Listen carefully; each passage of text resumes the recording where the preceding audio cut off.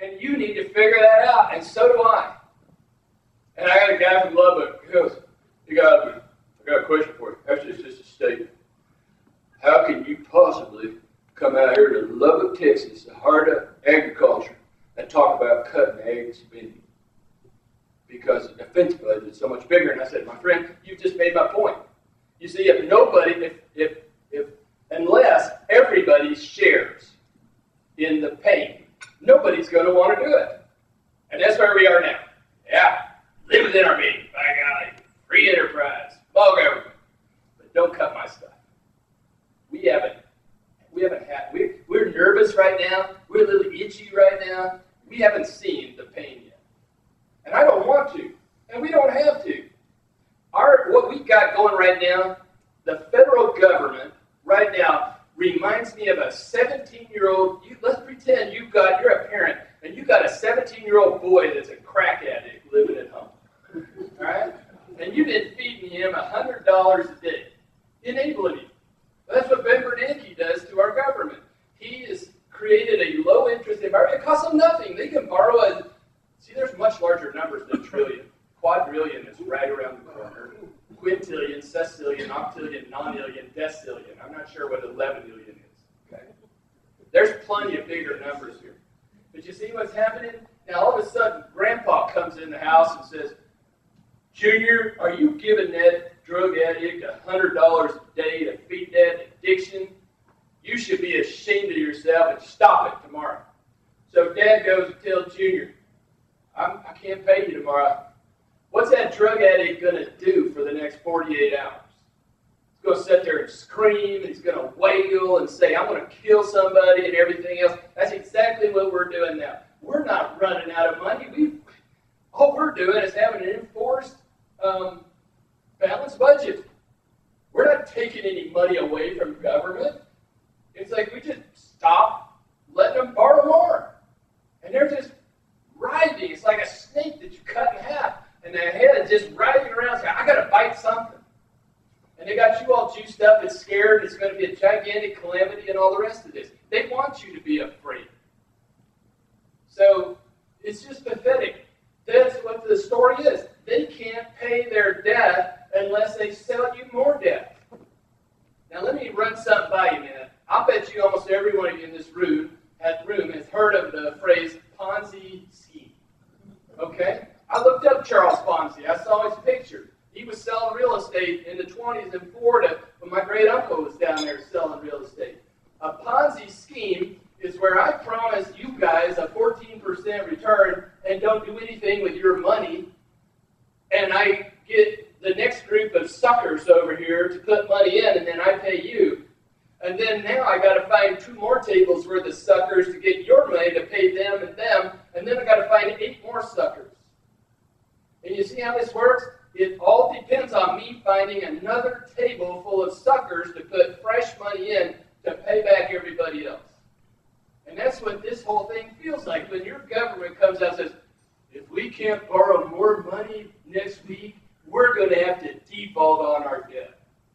I mean, that is a Ponzi scheme. That's all it is. It's just determined by them finding more suckers to buy debt. They don't have the intention of paying it off. Who's at risk here, in my opinion? It's really not the children in this country, although that's a good one. I like that when I say, look, here's at risk. You know, here's one lady that's at risk. I like these 2 little ladies here. They had their CDs at the bank at 4% before Ben Bernanke decided he got to bail out Congress for what they're doing. Now their CDs 0.5%. How's your quality of life when you were living on CDs and annuities at 4 or 5%? Now you're getting 1. Okay? Those ladies are the ones that are really paying the bill here. Those are the people that are really suffering in their country. Their quality of life has diminished immensely. I had a fun experience. Time goes by too fast, forget the fun experience. I'm going to go to There's some good stuff going on in this country. The percent of small businesses who want to hire is starting to come up. The big businesses in this country just came out a survey. 51% of them want to hire and only 11% want to fire. There's some optimism in the business community in this country, and they're sitting on $2 trillion in cash. What are they waiting on? Is there the cost of borrowing is like nothing. The prime rate is 3.5. If you've been out of school a while, you forgot your finance textbook, the optimal level of borrowing is if your cost of funds is 3.5, you invest in everything that's got an IRR over 3.5%. Is there no business opportunity in this country that has a 3.5 IRR on it? I don't believe that. So why do people have $2 trillion in cash? It's because they don't know what the rules are. They don't know they don't know what the healthcare costs are going to be next year. If you're in the oil and gas business, you don't know what kind of regulation you're getting in. If you happen to be one of our poor brothers and sisters in the banking system, this Dodd-Frank bill has got 300 rules that haven't even been written yet. And they keep tapping our banks for deposit insurance.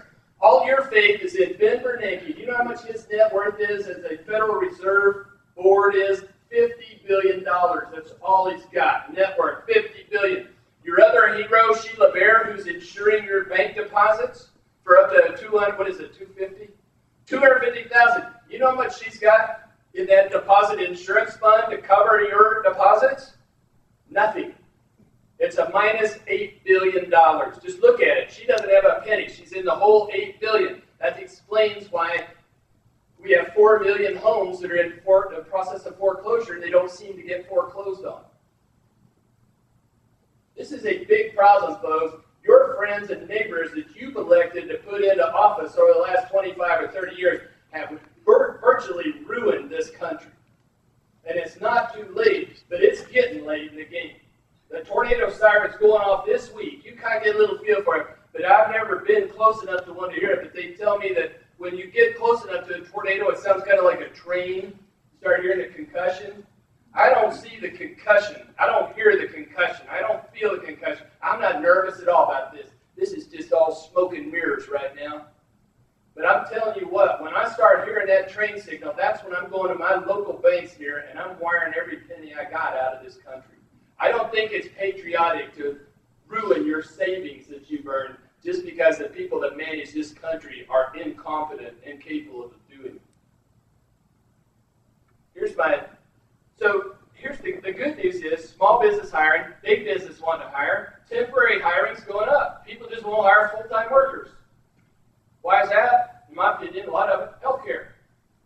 Don't know how much it's going to cost. All right, so forget this about the government. You know that. I'm going to summarize with this, and then we'll run a couple of questions. You better get back to work. We need the GDP. We can't afford to have you sit here just doing nothing. All right? Congress and the president have to pass legislation to balance the budget. Simpson-Bowles voted today. Simpson-Bowles. It's called cutting the tax rates. If you don't know what Simpson and Bowles is, find a bullet list. Call your accountant. Say, give me the bullet list on what Simpson and Bowles is. China needs to stop manipulating their currency and buy something from America. That wouldn't hurt. Have a trading partner that might help us get some jobs too once in a while. Fed needs to start increasing interest rates to choke off these commodity bubbles. I don't really want to see oil go to 150. But that's what happens when you print money and people don't trust their currency anymore. The FDIC needs to draw down their $500 billion line of credit. Sheila Bair's out of money. She can't take down banks. She's broke, but she has a line of credit. Congress has already allocated $500 billion of line of credit to her to do this business, and she won't do it. Government layoffs more than offset the private sector jobs in 2011. That's what we were figuring. Government lays off, private sector hires, nets out about nothing. In 2012, government starts to hire again, private sector keeps hiring, and we turn the corner. That was what I thought was going to happen until I've seen what's been going on the last couple of months. The biggest threat to this scenario is that businesses look at what's going on now and decide to postpone making any major decisions till after the 2012 election. That means January or February of 2013. That is a long time between today and February of 2013 before businesses get any clarity to help them start hiring people. This is the worst possible scenario that could unfold, and it's unfolding as we go. That's why 3 months ago you might have seen me being a little bit optimistic, but everything I've seen in the last 3 months is destroying every ounce of that optimism I have, because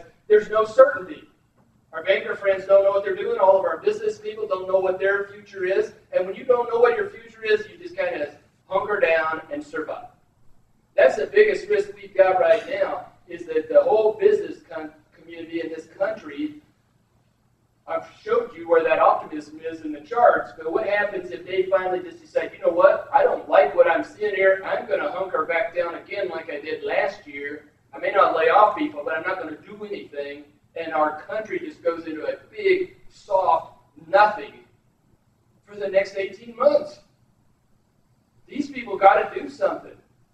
My president and yours, my Congress and yours, these people don't need to be Republicans and Democrats. They need to be Americans to fix this country, because I don't want to see that tornado coming right down to my house. And I promise you, if I hear that tornado coming, I'm getting out of the way. I'm not going to fall on a sword here of patriotism because these numbskulls are ruining the country. Personally, you can do it. I have power to you if you feel like that. Okay, here's what's got to happen in my mind. Again, I could be wrong. Adopt something like, see, Simpson and Bowles, here's the thing. The deficit is projected to be $8 trillion between now and 2020. $8 trillion. Simpson and Bowles is the strongest thing on the table. That's like the medicine nobody wants to swallow. They're only going to cut 4 of it. Even if they do Simpson and Bowles, we still are going to be $4 trillion short. Can you imagine that? A few years ago, we thought $700 billion for TARP was amazing. Now we're flinching and hollering and writhing and screaming because we don't want to adopt Simpson and Bowles, because that would cut $8 trillion to $4 trillion. This is absurd. We've lost anchor with reality. Billions don't mean anything. Trillions are going to not mean much pretty soon, and then it's a matter of time before quadrillion. That's why you want your money in gold or out of the country, because this little guy right here, a coin dealer gave me this after a speech like this. This little bill right here is still live currency. It was only printed 3 years ago. It's in the country of Zimbabwe. They have a little more fiscal responsibility than we do. This bill is $100 trillion. Live currency. And you see, here's why you don't have to worry about your kids, folks. Because I had a lady come up and crying to me, thinking about her kids paying off this debt. And I said, ma'am, you don't need to cry. Because when they get into power, and we've loaded them up with this much debt, they'll hire somebody like me, and I'll say, here's all we got to do. How much do you owe? $58 trillion? Fine. We'll print these, and $100 trillion buys lunch. Okay? Do you see what happens to your $1 million in retirement, or your $200,000 in retirement? What do you think your $200,000 in retirement buys when $100 trillion buys lunch? That's the biggest risk here. That's the only risk on the table, really. The only people at risk in this country are people that have any wealth, because your government can destroy your wealth in a matter of months. So that's a decision point, really.